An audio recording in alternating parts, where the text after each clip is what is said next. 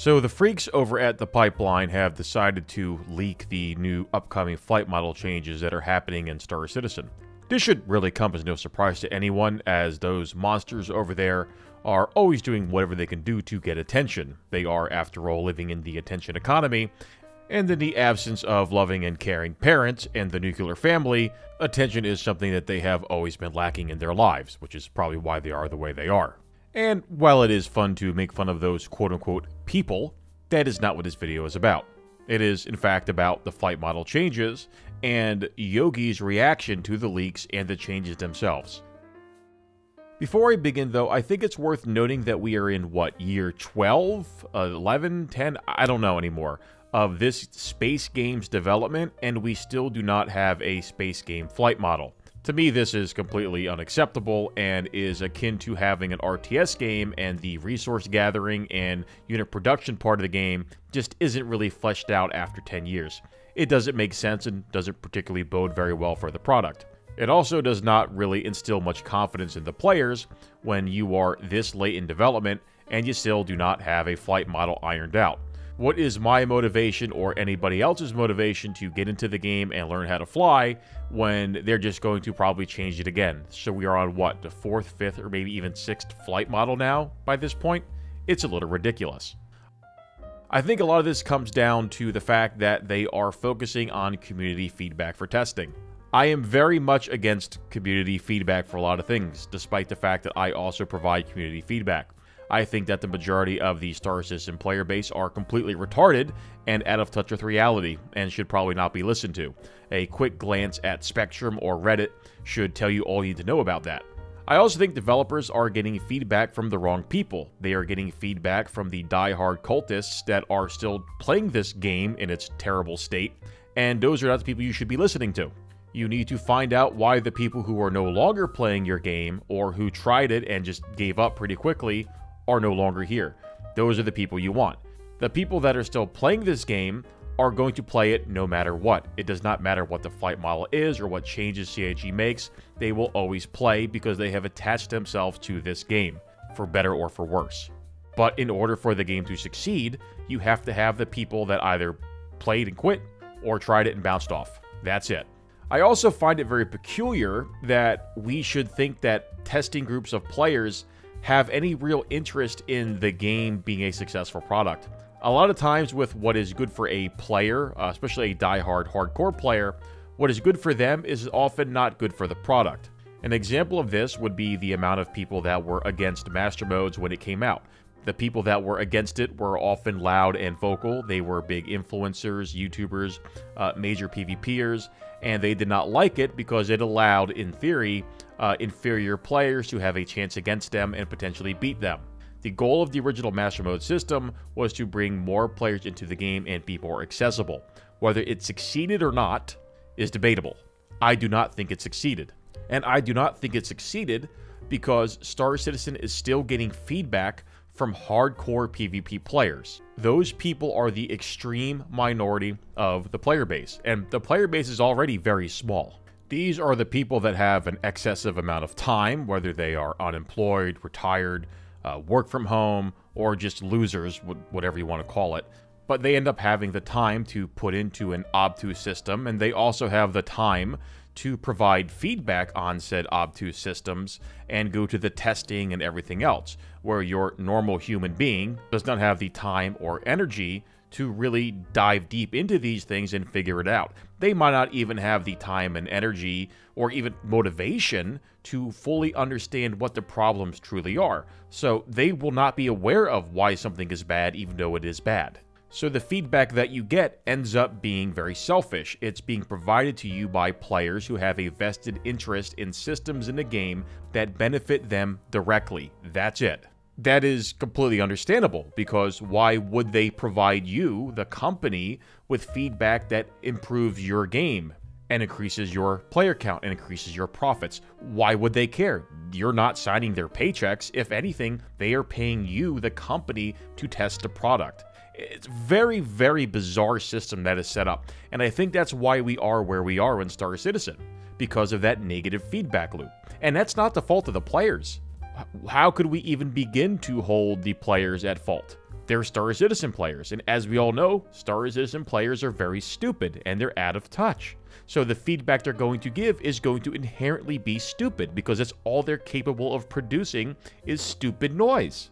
And apparently, according to this leak, in addition to providing stupid noise and stupid feedback, they're just only capable of leaking this information and making the development process that much more difficult. I'm going to put what Yogi said here on the screen. Why are developers sitting in Discords that are run by players and gatekept by players, despite the fact that the players are actively working against them and making their lives and their jobs more difficult?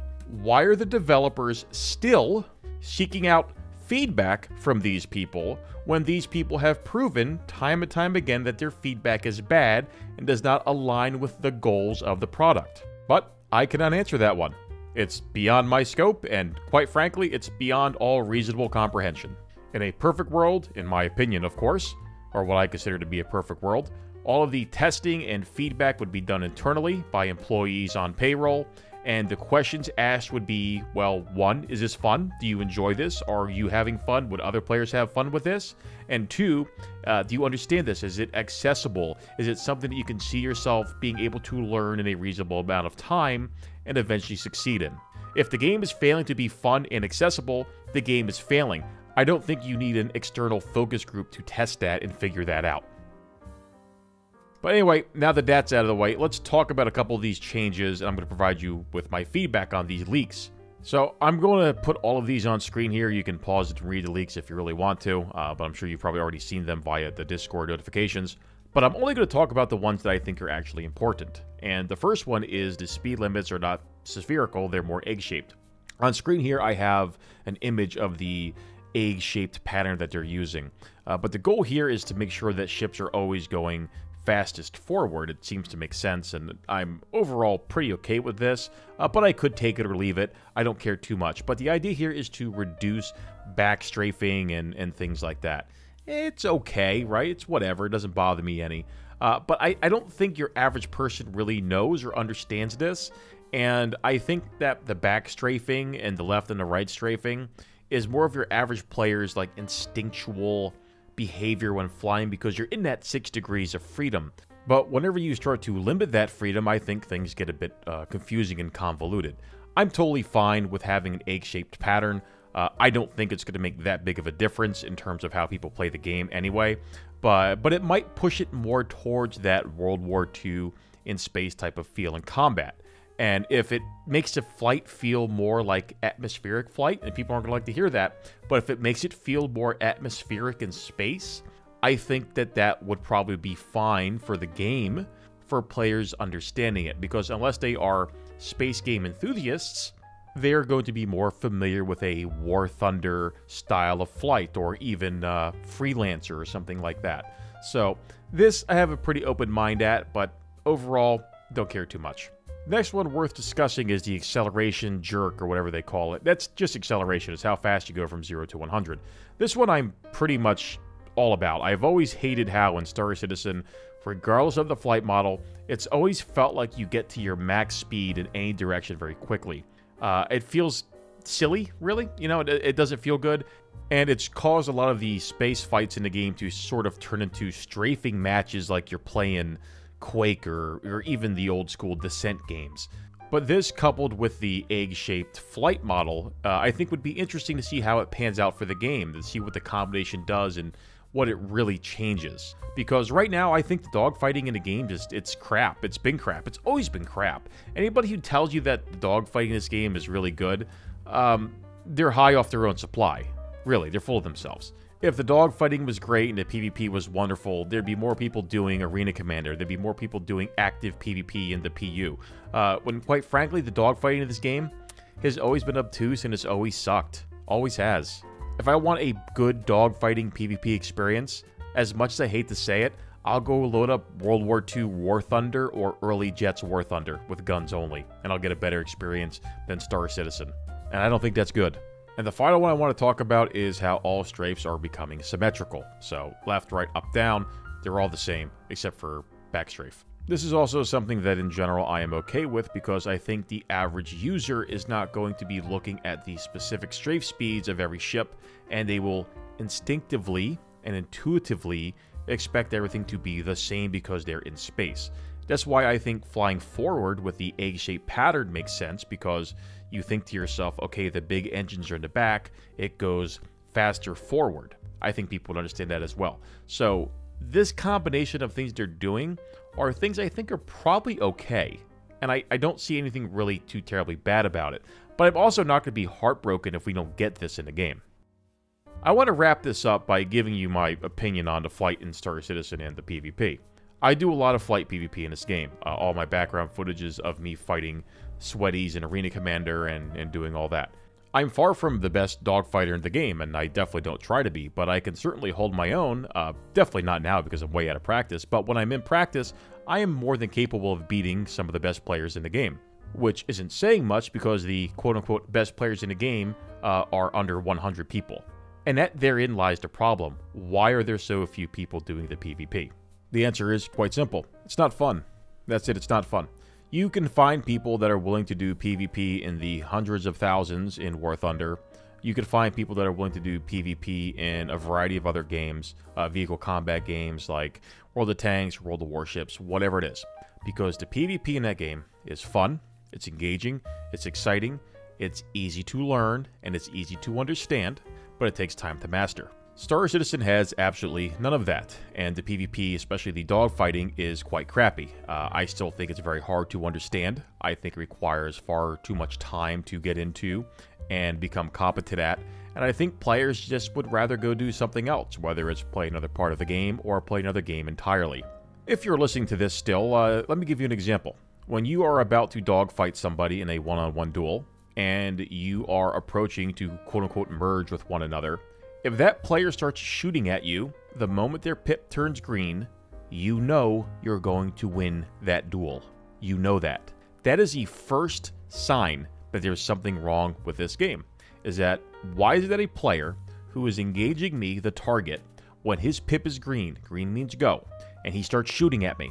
If he shoots at me beyond, 1,000 meters, you just know you're going to win that duel. Does nobody else think that way? Does nobody else understand that? How about this? You start to fight a player, he's not doing any of his slow rolls. It's the only real maneuver in the game. How else is he going to avoid your shots? He has to do this slow roll. Well, you can't slow roll on a mouse and keyboard. You have to have pedals or a stick or something else.